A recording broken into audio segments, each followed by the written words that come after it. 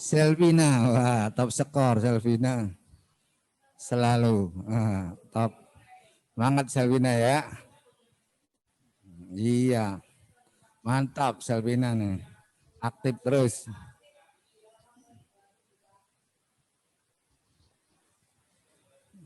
Anggi.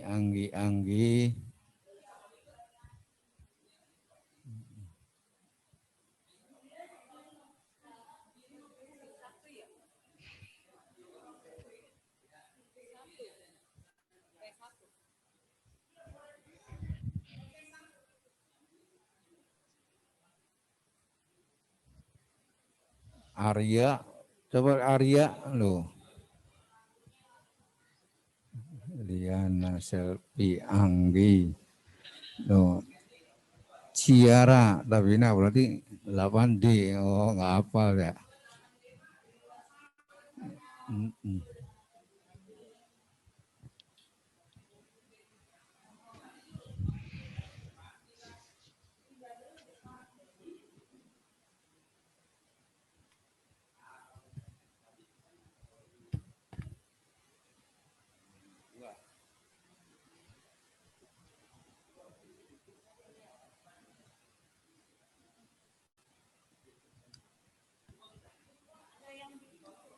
Assalamualaikum warahmatullahi wabarakatuh.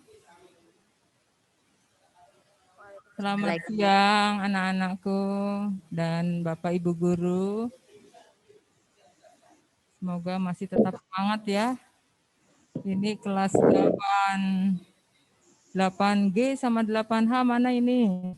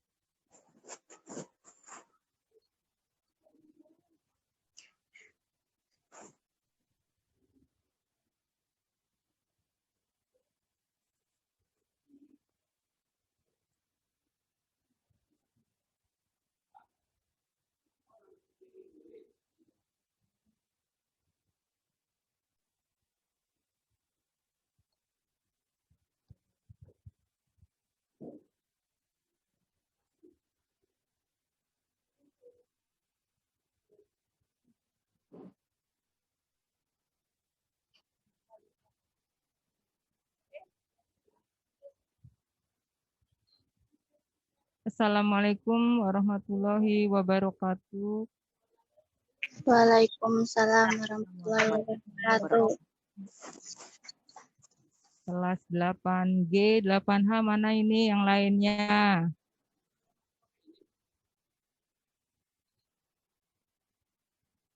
Anak-anakku. Oh, kok ada 8H itu? Hana, ada Farhana 8H. Anak-anak udah pada sholat zuhur belum? Udah makan siang belum? Belum, Mbok.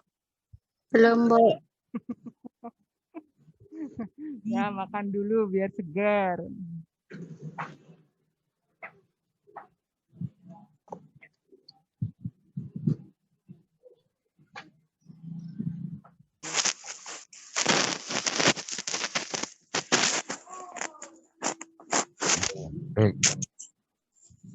Halo.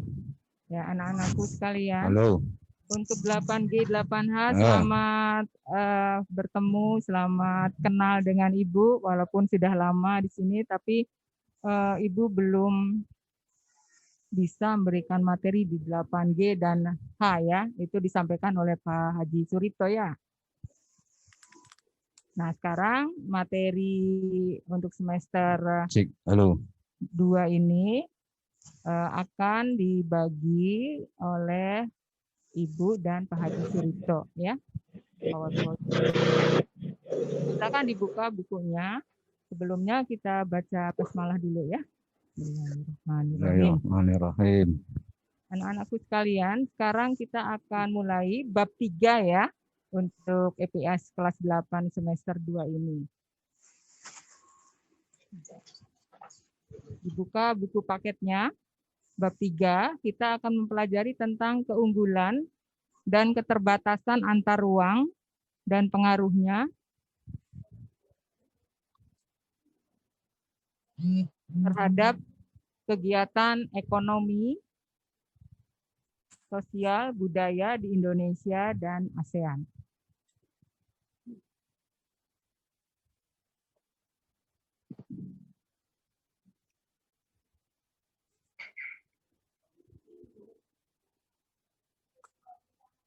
Ya.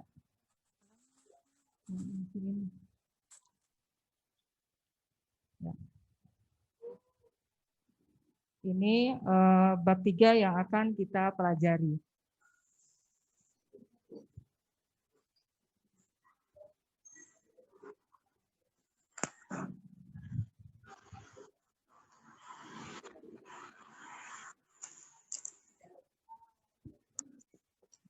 Tema untuk bab 3 yaitu tentang keunggulan dan keterbatasan antar ruang dalam permintaan, penawaran, dan teknologi. Nah, tujuan pembelajaran kali ini diharapkan agar siswa mampu menjelaskan keunggulan dan keterbatasan antar ruang dan peran pelaku ekonomi dalam perekonomian Indonesia. Oke, bisa dimulai anak-anakku? Salam, Bu. Ya. Ya, Bu.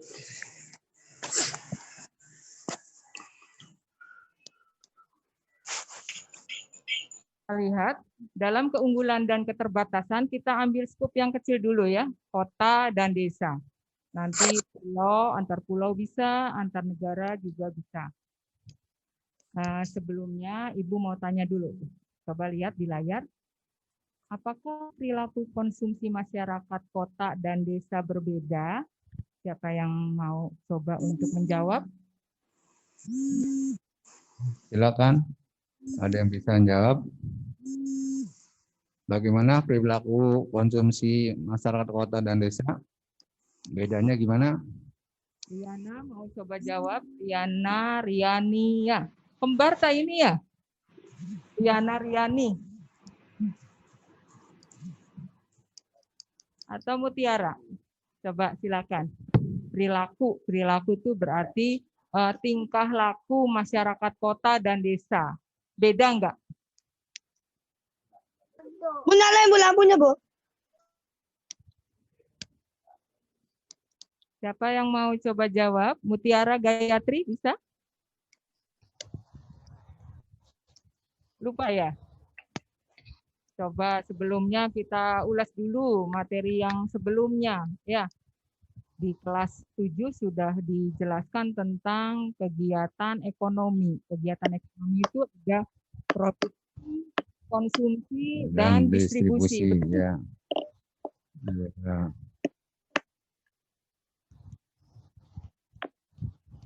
Halo, anak-anakku, dengar enggak suara Ibu? Kecil.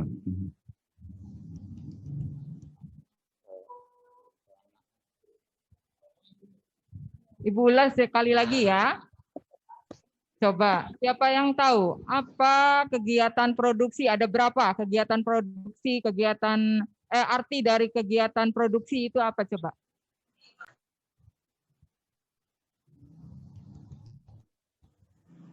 Ayo, masa lupa? Ya, Kegiatan produksi, 8H. kalau orangnya dikatakan produsen. Lalu kalau konsumsi, orang yang melakukannya disebut konsumen. Dan menyalurkan berarti orangnya dikatakan distributor. Masih belum ingat juga? Oke, kita lanjut ya. Kita lihat di sini. Perilaku, sikap masyarakat kota dan desa kenapa bisa berbeda?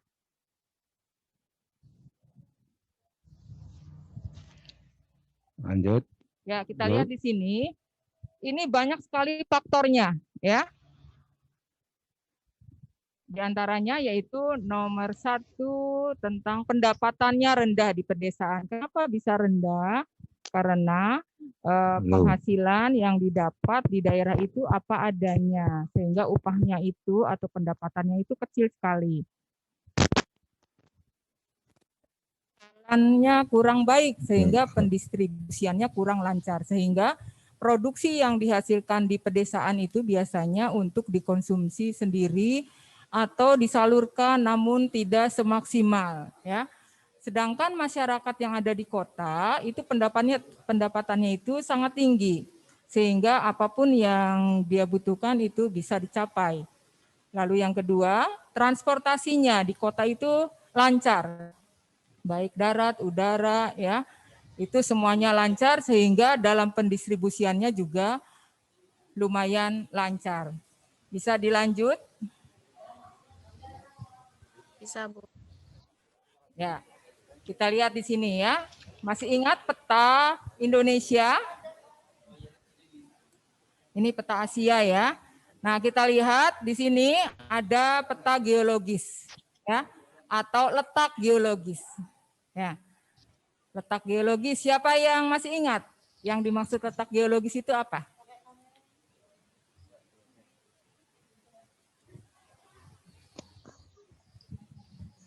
Ya, Selvina jawab. Lupa ya, lupa lagi. Ya, lanjut, Ibu Bu. Lanjut ya. Letak geologis itu letak yang berdasarkan batuan atau litosfer. Sehingga Indonesia itu mempunyai 3 wilayah ya, atau 3 paparan ya.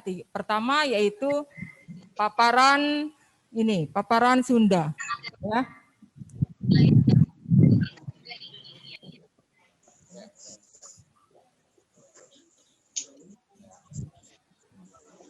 Sedangkan ini dikatakan paparan Sahul. Ibunya belum ada ininya, belum ada pulpennya. Gitu.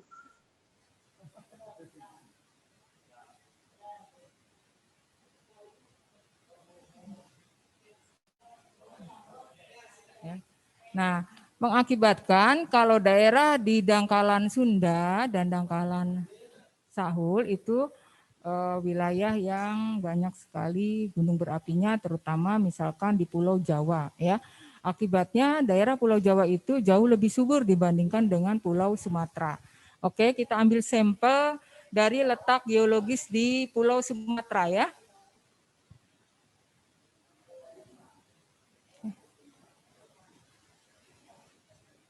Ya. Oke, dilihat di sini. Ini peta bentang alam Sumatera ya. Sumber daya alamnya biasanya dominan itu didominasi oleh hasil perkebunan. Ya. Coba siapa yang tahu hasil-hasil perkebunan di Pulau Sumatera apa saja? Yo. Yo, 8G, 8H. Mana ini anak-anak? Hasil perkebunan di Sumatera apa aja sebutkan?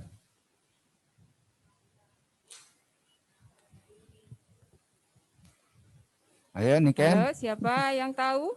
Coba sebutkan satu aja.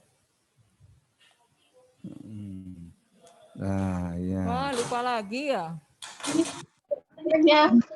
Kelapa sawit.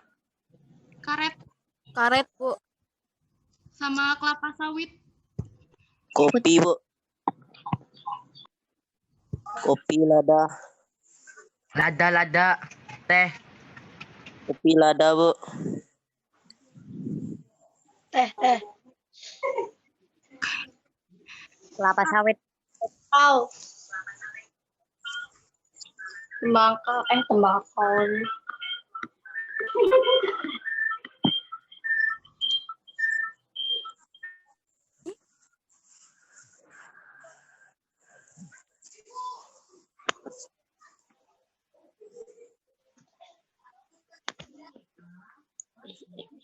Ayam. Karet, kelapa sawit, kopi, coklat, tembakau.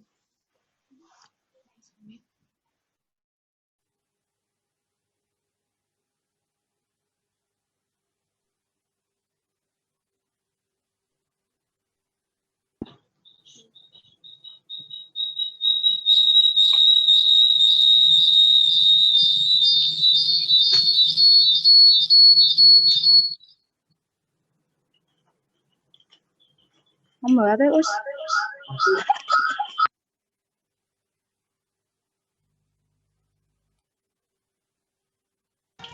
Berisik-berisik.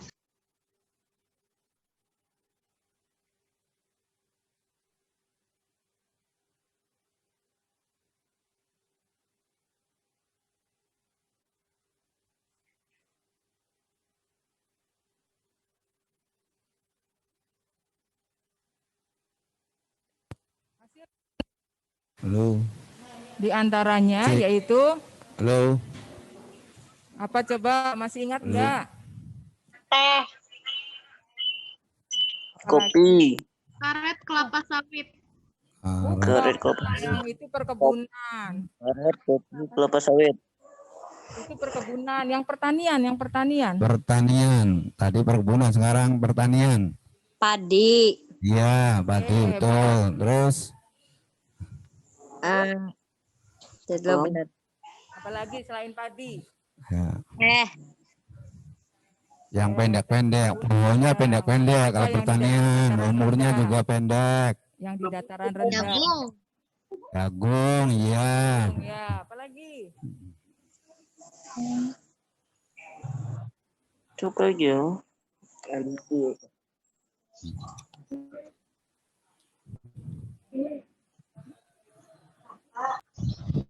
Apalagi? Ubi. Ubi ya, Ya, ubi-ubian. ubi jalar, Ya. ubi campu, ubi kayu, ya. Sagu. Singkong. Nah, sini. Tugu.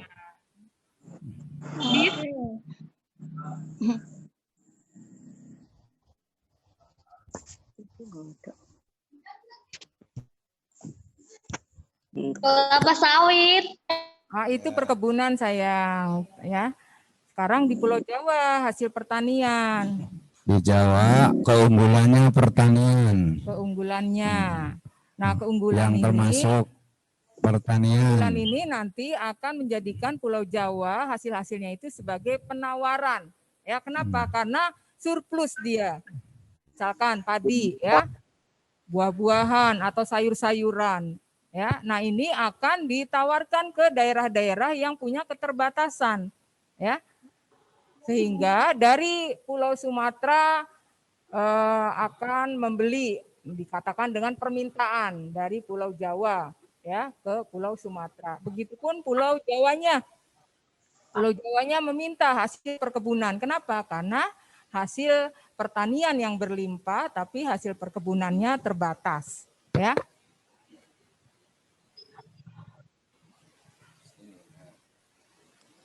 Nah, itu semua nanti akan diolah melalui teknologi. Misalkan padi bisa diolah menjadi beras, jadi tepung berasnya, ya. Lalu untuk buah-buahan diolah, misalkan untuk dimasukkan ke kaleng, ya, untuk diekspor ke luar negeri. Nah, itu akibat dari penawaran, ya, dan permintaan akan mengakibatkan terjadinya perdagangan. Boleh enggak kalau perdagangannya itu antar negara? Ya. Bisa enggak? Coba. Bisa, ya. Nah, perdagangan antar negara itu nanti disebut sebagai ekspor impor, ya. Kalau tadi perdagangannya antar pulau, ya. Ya, sampai sini sudah jelas belum? Ada yang mau ditanyakan Gimana, enggak? anak? Sampai sini udah jelas? Jelas ya, anak? Ada yang mau ditanyakan? Ya. Paham ya? Nah, jadi satu daerah punya keunggulan, sisi lain juga punya keterbatasan, sehingga kelebihannya itu, keunggulannya itu dijadikan sebagai penawaran. Sedangkan daerah tersebut mempunyai kekurangan, maka akan menjadikan daerah itu membuat sebuah proses permintaan, ya. Nah, dari penawaran dan permintaan antar tempat atau antar pulau atau antar negara, maka menjadikan proses perdagangan. Jelas sampai sini anak-anakku? Jelas. Nah, kita lanjut ya. Ya, Bu. Nah, selanjutnya ini akan dilanjutkan oleh Pak Haji Suripto, ya. Ya. Selamat siang anak-anakku semuanya. Siap. Sehat semuanya ya. Yang. Ya, Bapak doakan semuanya sehat semuanya. Baik. Anak-anakku sekalian, Anak-anak. Bapak lanjutkan materi berikutnya yaitu tentang Mana? perdagangan antar pulau. Ya, perdagangan antar pulau. Yang pertama, tujuan perdagangan antar pulau. Baik, sebelum materi, Bapak bertanya, ada yang tahu pengertian dari perdagangan? 8H, 8G. Saling menguntungkan. Pengertiannya dulu, pengertian perdagangan. Apa arti perdagangan? Apa arti perdagangan? Suatu Ya. kegiatan yang saling menguntungkan. Perdagangan suatu jual beli kan? Suatu kegiatan jual beli. Empat kegiatan. Satu-satu, ngomongnya satu-satu, bapaknya kayak tergadingan nih. Satu-satu ngomongnya biar kedengeran. Iya. Ya, gimana tuh? Mana Dimas tuh?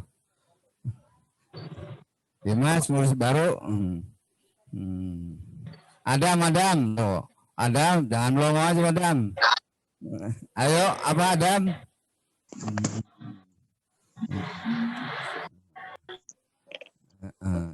Ya, Kegiatan yaitu gimana? barang atau jasa di dalam negeri dan melampaui batas wilayah negara dengan tujuan pengalihan hak atas barang dan atau jasa untuk memperoleh imbalan atau kompensasi. Itu pengertian dari perdagangan antar pulau. Dari perdagangan dulu. Ya, perdagangan tuh kegiatan tukar menukar barang atau jasa sesuai dengan kesepakatan bersama. Itu perdagangan. Diulangi, kegiatan tukar menukar barang atau jasa yang hasil kesepakatan bersama. Itu perdagangan. No, ya. Kalau bahasa sininya jual beli lah, dagang bisa ya. Nah, sekarang ditambah pulau, perdagangan antar pulau. Nah, yang tadi itu siapa tuh yang nyebut tadi tuh? Hai guys. Iya, jadi perdagangan yang dilakukan oleh orang atau lembaga dari suatu pulau dengan orang atau lembaga dari pulau lain. Nah, itu perdagangan antar pulau dalam satu wilayah yang sama, yaitu Indonesia. Tuh tadi ya, yang tadi ada yang sudah bisa tuh pengertiannya. Ya, perorangan misalnya Bapak jualan ke Sumatera. Kalau lembaga, nah misalnya tuh, jual rokok jarum dari Jawa dijual ke Kalimantan. Nah, itu lembaga namanya ya. Paham ya? Anak-anak paham jelas? Dari pengertian perdagangan antar pulau. Nah, sekarang ke materi. Tujuannya apa tujuan perdagangan antar pulau? Nah, nomor 1 di situ udah terlihat ya. Memperoleh keuntungan. Harus dipahami nih anak-anak semua ya. Yang namanya orang dagang itu pasti untung ya. Ya, Bang. Jadi pasti untung. Walaupun ada diskon 70%, walaupun beli 1 dapat 2, itu udah pasti dapat untung. Tidak bakal rugi ya. Jadi jangan terkecoh, jangan dibohongi sama promosi-promosi ini. Bapak kasih tahu ilmunya. Orang dagang itu pasti dapat untung. Nah, dari mana keuntungannya? Ada yang tahu? Keuntungan dari mana? Dari pembeli. Iya. Rumusnya, cara ngitungnya dari mana itu? Dari harga yang ditawarkan. Kita tahu ada lebih ya. Selisih. Nah, ada yang tahu? Dari harga yang ditawarkan. Iya, selisih harga jual dengan harga beli. Tuh. Selisih harga jual dengan harga beli itu namanya keuntungan atau laba. Ya, misalnya belinya 1.000, dijualnya 1.500. Nah, Dari harga beli 1.000 dijual 1.500, ada selisih 500. Nah, yang 500 itulah yang disebut dengan laba atau keuntungan. Atau bisa juga yang pakai produksi sendiri. Nah, beda hitungan labanya. Kalau produksinya bikin sendiri, berarti semua biaya-biayanya dihitung. Nah, kemudian dijual berapa. Nah, selisihnya juga itu namanya laba atau keuntungan. Jadi semua biaya harga pokok ditambah laba yang diinginkan terjadi harga jual. Jadi kalau ditulis harga jual sama dengan harga pokok, nah dikurangi laba ya, nanti gitu. Paham ya anak-anak?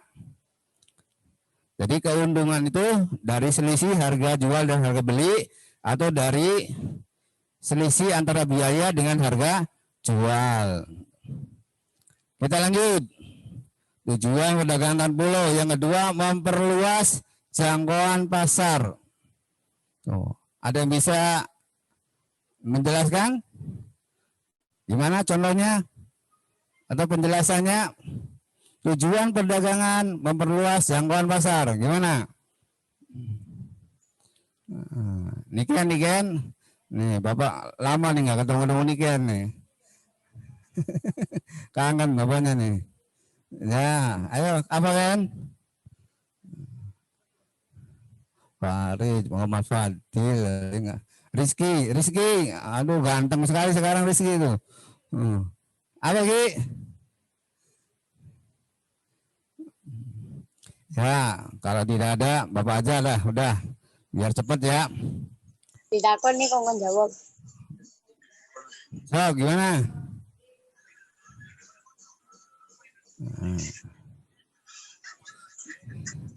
Ya, jadi kalau kita jualan nasi lengko di Cirebon, kan yang membelinya orang Cirebon, ya taruhlah dihitung berapa. Nah, kepengen besar, nah kita jual itu nasi lengkonya. Buka cabang lagi ke Sumatera, ke Kalimantan, ke Sulawesi. Nah, kan nanti yang belinya, yang konsumsinya banyak. Nah, itu namanya memperluas jangkauan pasar. Tuh. Jadi konsumennya tambah banyak. Tadinya yang beli hanya orang misalnya 1.000, orang kota Cirebon aja. Nah, kalau kita sebarluaskan ke pulau lain, nah bisa 10.000, ya nggak Ki? Tuh. Dan nanti ujung-ujungnya untungnya ya banyak juga nantinya. Itu memperluas pasar. Atau juga wilayahnya juga, memperluas pasar bisa wilayahnya yang luas. Tadinya cakupnya Jawa bisa ke Sumatera, Kalimantan. Jadi otomatis kalau luasnya tambah banyak, berarti konsumennya ya tambah banyak.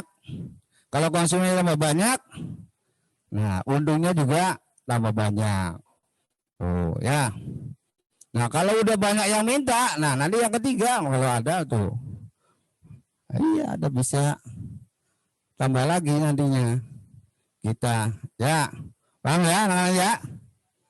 Oh, itu memperluas pasar tadi dengan cara memperbanyak orangnya atau memperluas wilayahnya.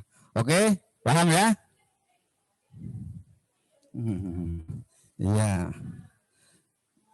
Silakan, sampai sini ada yang tanyakan? Ya, kalau tidak ada, dilanjut. Next. Siapa yang mau nanya? Fadil.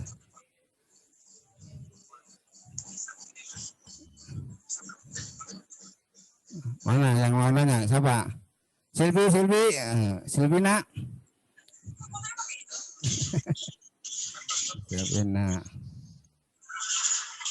Ya, udah jelas ya, Kita lanjut. Next. Sekarang dilanjut tujuan perdagangan antar pulau. Maaf, salah teknis. Ya, mencetnya salah. Ya, benar. Nah, ngomongnya ini salah. Ya. Kita lanjutkan. Berikutnya itu faktor-faktor yang mendorong perdagangan antar pulau. Sesuatu yang mendorong perdagangan antar pulau. Tuh, bisa dilihat di monitor ya atau di HP ya. Langsung saja. Yang pertama, adanya perbedaan produksi yang dimiliki. Gimana? Gimana? Tadi udah dibahas oleh Bu Yayat, maaf, Ibu Tati.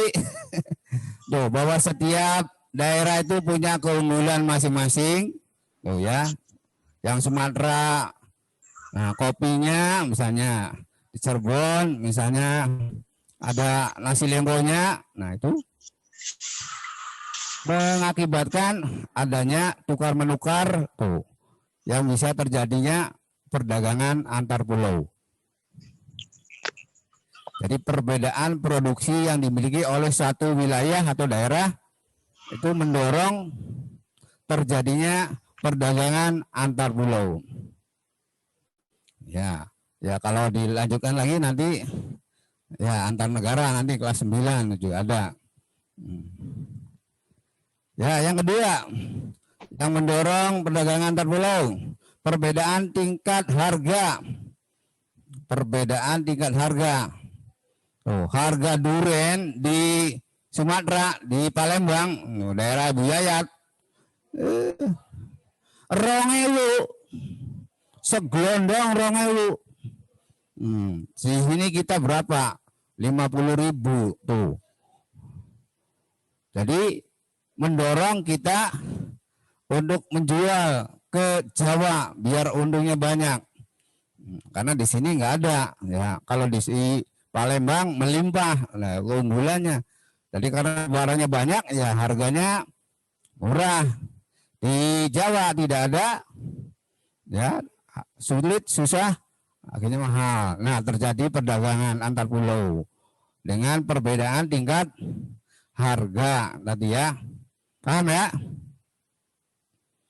Ada lagi yang bisa ngasih contoh harga barang? Daerah mana yang murah?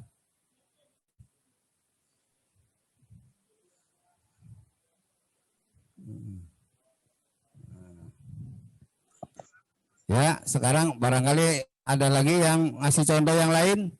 Daerah mana, produk apa yang murah kemudian dijual ke sampai yang mahal?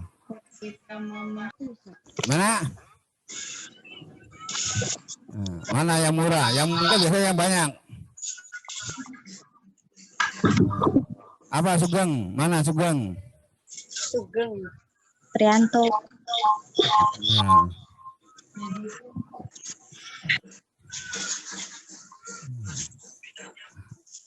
Silakan, ada? Ada.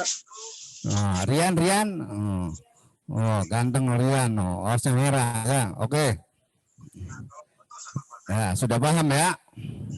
Ya, padahal contoh yang lainnya banyak, batik Pekalongan. Nanti kalau batiknya di sana, udah batik Trusmi, tuh jajanan pleret. Wah, murah meriah jajanan pleret tuh.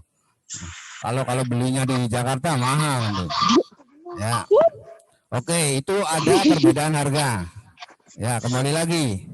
Yang ketiga, faktor pendorong perdagangan antar pulau. Yang ketiga, ada perbedaan teknologi. Ya, perbedaan teknologi. Ya, silakan.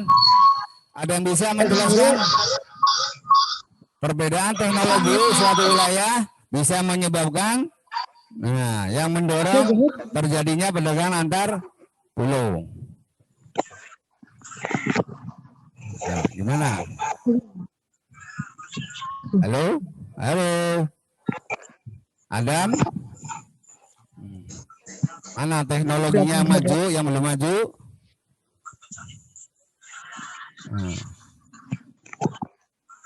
Ayo Rizky, diam semua. Nah, ya.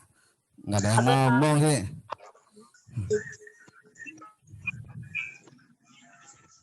Ya, teknologi.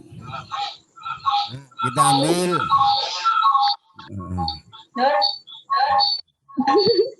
Kita contohnya di jasa, yang sekolah aja lah.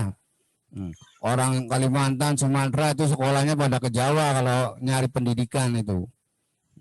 Nah, pendidikan di Jawa, ya salah satunya sumber daya manusia dan teknologinya sudah duluan dibandingkan dengan Sumatera, Kalimantan.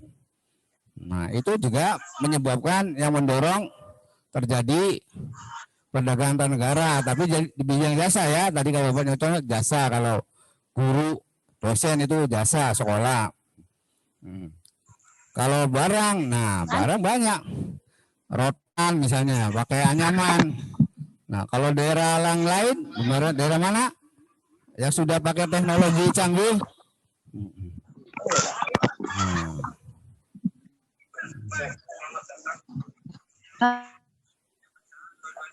Tapi kalau barangnya batik malah kebalik. Awas, jangan salah. Batik yang pakai mesin dengan yang pakai tangan tradisional malah mahal yang tradisional ya. Dengan yang pakai teknologi. Nah, itu harus dipahami itu. Kenapa bisa begitu? Nah, pembuatannya lama, lebih sulit, kualitasnya lebih bagus nantinya ya. Itu teknologi. Di bidang teknologi yang mendorong ya bisa terjadinya perdagangan antar pulau. Terutama kalau kapalnya lancar, perahunya lancar, jalannya lancar, itu lebih cepat lagi itu. Nah, itu termasuk faktor penunjang ya. Transportasi itu termasuk yang lainnya yang belum disebutkan tadi di situ. Ya, paham ya, Rian? Adam, paham Adam? Nah, maaf Bapak pahamnya yang ini aja, yang lainnya belum hafal. Ya, silakan. Kalau tidak ada dilanjut. Ya, udah. Satu lagi, manfaat.